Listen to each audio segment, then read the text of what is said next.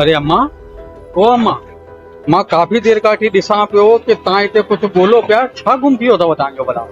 अदा मुंहिंजो 50 जो नोट अलाए किथे किरी पियो आहे। अॼु 50 जो नोट खणी निकिती हुयसि त मुंहिंजे पोटनि लाइ को शइ टोल वठी थी अचां, पर का मेल थी थम अलाए किथे मुंहिंजो नोट किरी पियो आहे, सम्झ में ई कोन थो अचे। अरे त अम्मा 50 रुपए जी त ॻाल्हि आहे, 50 रुपया खणी तव्हां मूंखां वठो न। न भाऊ न, मां तव्हां खां छो वठां, मूंखे पंहिंजा 50 रुपया आहिनि न, मां ॻोल्हींदसि।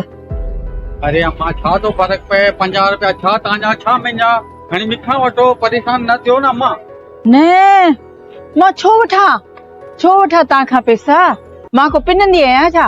मूंखे पंहिंजा पैसा आहिनि, तव्हां वञो भले, मां ॻोल्हींदसि पाणे। अरे अम्मा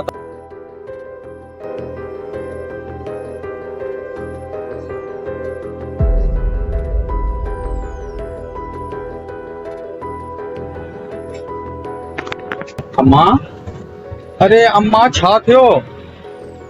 नोट अञा कोन लधो। त हेतिरा कलाक थी विया न, मां अञा तव्हांखे नोट कान थो लभे। न मां छा करियां, महिल थी आहे 50 जो नोट ई नथो लभजे। अरे अम्मा धूड़ विझोसि 50 जे नोट में, मां 50 जी जगह 100 थो ॾियांव, तव्हां छॾो अहिड़ी उस में पिया घुमो, तव्हां बीमार थी वेंदा अम्मा। 50 जे नोट ते 100 रुपया था ॾियो, मूंखे न खपनि तव्हांजा पैसा। छो कॾहिं मूंखे ॾिठो अथव छा पे घुमंदे पिनंदे या भीख मंगंदे? सिंधी को कॾहिं पिनंदा आहिनि छा? मां कोन वठंदसि तव्हां खां पैसा। मां दाई थी वठी लाइ खणी मूंखां वठी लाइ, मां बि त पुटु आहियां तव्हांजो। न मूंखे कोन खपनि पैसा। हे भगवान, ही अम्मा मुड़े कान थी, मां पैसा बि ॾियांसि तो वठे कान थी, छोकी सिंधी खुददार थींदा आहिनि, कंहिंखां पिनंदा कंदा कान आहिनि, पर ही त मां मदद थो करणु चाहियां। हे भगवान मूंखे को आइडियो ॿुधाए जी अम्मा हेड़ी उस में घुमे पई फिरे पई, इन जी मां मदद करे सघां यार। हे भगवान, छो न मां पंहिंजो 50 जो नोट लिकाए करे रखां, अम्मा खे चवांसि थो कि तिंजो सही। हा, हिन सां अम्मा जी मदद बि थींदी ऐं अम्मा जो आत्म सम्मान बि कायम रहंदो। हा, इहो ठीकु आहे। अम्मा, ओ अम्मा, अम्मा, ओ अम्मा, इचो तव्हांजो नोट। अरे नोट लॻी वियो।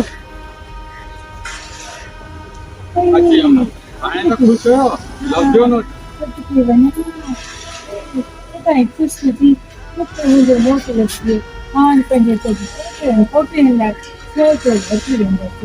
हाणे घर वञो आराम सां ऐं शइ वठी खाराइण।